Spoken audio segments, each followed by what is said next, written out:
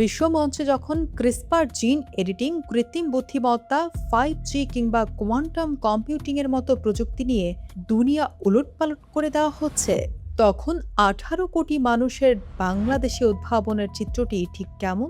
আমরা প্রতিনিয়ত গর্ব করি আমরা স্যার জগদীশ চন্দ্র বসু, আচার্য প্রফুল্ল চন্দ্র রায়, ডক্টর কুদরাত এ খুদা কিংবা শহীদ বুদ্ধিজীবী মনির চৌধুরীর উত্তরসূরি। কিন্তু একটি আন্তর্জাতিক সংবাদ ভিত্তিক বিশ্লেষণ বলছে, গত এক দশকে পৃথিবী বদলে দেওয়া শীর্ষ 100টি প্রযুক্তির একটিও বাংলাদেশ থেকে আসেনি। জনসংখ্যায় বিশ্বের অন্যতম শীর্ষ দেশ হয়েও উদ্ভাবন সূচকে আমাদের এই তলানিতে থাকার মূল কারণ কি? পরিসংখ্যান অনুযায়ী মেধার বিন্যাস ঘটে জ্যামিতিক হারে। তার মানে বাংলাদেশের কোটি কোটি পথ শিশু, রিকশা চালক, কৃষি ও সাধারণ শ্রমজীবী মানুষের সন্তানদের মধ্যেই লুকিয়ে আছে বিশ্বের শ্রেষ্ঠ মেধার একটি বড় অংশ।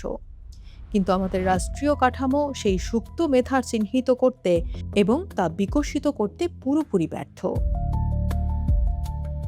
অনুসন্ধানে দেখা যায়, সাধারণ খুটখাট বা যন্ত্র চোরাতালি দেওয়া আর প্রকৃত প্রযুক্তিগত উদ্ভাবনের মধ্যে একটি মৌলিক তফাৎ রয়েছে। প্রকৃত উদ্ভাবন সেটাই যা একটি বৃহৎ জনগোষ্ঠীর অর্থনৈতিক বা সামাজিক সমস্যার সমাধান করে, যেমনটা করেছিলেন আমাদের বীর মুক্তিযোদ্ধা নুরুল কাদের। স্বাধীনতার পর পাকিস্তানি শোষণের স্মৃতিবাহী খান উপাধিটি নিজের নাম থেকে ছেঁটে ফেলা এই দূরদর্শী মানুষটি কোনো প্রাতিষ্ঠানিক ল্যাবরেটরি ছাড়াই আবিষ্কার করেছিলেন ব্যাক টু ব্যাক এলসি বা ঋণপত্রের বাণিজ্যিক প্রযুক্তি। আর এই একটিমাত্র পলিসি ও প্রযুক্তিগত উদ্ভাবন দেশের ইতিহাসের সবচেয়ে বড় রপ্তানিমুখী খাত তৈরি পোশাক শিল্পের জন্ম দিয়েছিল। অর্থাৎ সঠিক পরিবেশ পেলে এদেশের মানুষও ইতিহাস বদলে দিতে পারে।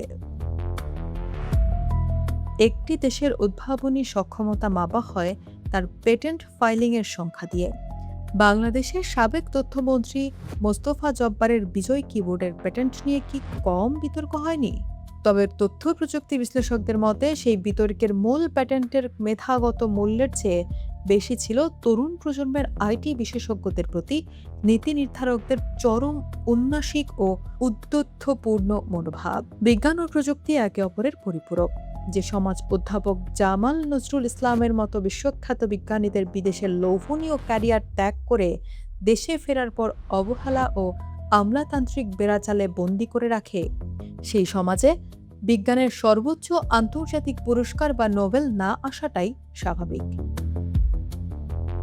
সরকারি নথিপত্র এবং অনলাইন ডেটা ঘাটলে দেখা যায়, স্বাধীনতার পর একটি সাময়িক উত্থান বাদে বাংলাদেশের দেশি নিবন্ধিত পেটেন্টের সংখ্যা বছর ওয়ারি প্রায় স্থবির। এমনকি সরকারের শত কোটি টাকার হাই প্রোফাইল প্রকল্প A2I বছরের পর বছর পার করলেও দেশি উদ্ভাবনের সংখ্যায় কোনো দৃশ্যমান বৈপ্লবিক পরিবর্তন আনতে পারেনি। আরও চাঞ্চল্যকর তথ্য হলো, গত কয়েক বছরে বাংলাদেশের সবচেয়ে বেশি প্যাটেন্ট অনুমোদন পেয়েছে প্রতিবেশী দেশ ভারত। এর সোজা অর্থ, বিদেশি কোম্পানিগুলো বিপুল অর্থ খরচ করে বাংলাদেশে তাদের প্রযুক্তি নিবন্ধন করছে আমাদের বিশাল কনজিউমার মার্কেট বা বাজারটি একচেটিয়া দখল করার জন্য। আর এই বাণিজ্যিক যুদ্ধে আমাদের নিজস্ব মেধা কোনো পাত্তাই পাচ্ছে না। গত এক দশকেরও বেশি সময় ধরে ডিজিটাল বাংলাদেশ ও আইটি খাতের অবকাঠামো উন্নয়নে যে হাজার হাজার কোটি টাকা বিনিয়োগ করা হয়েছে, তার একটি বড় অংশই চলে গেছে আমলা, দাতা সংস্থার কনসালট্যান্ট আর তাদের পছন্দের কিছু সুবিধাভোগী সিন্ডিকেট ব্যবসায়ের পকেটে। সত্যিকারের মাঠ পর্যায়ের উদ্ভাবকের কাছে সেই অর্থ ও সুযোগ পৌঁছায়নি। যে আমলাতান্ত্রিক কাঠামো গত 50 বছরে গবেষণার কোনো টেকসই ইকোসিস্টেম তৈরি করতে পারেনি, তাদের অধীনে রাতারাতি কোনো অলৌকিক পরিবর্তন সম্ভব নয়। আমাদের আজ নতুন প্রজন্মের নুরুল কাদের প্রয়োজন, যারা কোনো আমলাতান্ত্রিক অনুমোদনের জন্য অপেক্ষা না করে নিজেদের তাগিদে প্রযুক্তি তৈরি করবেন।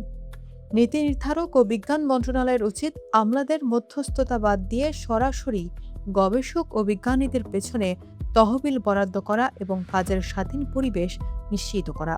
ক্ষমতার চেয়ার বদলাবে, কিন্তু প্রযুক্তিগত দাসত্ব থেকে আমাদের মুক্তি মিলবে না।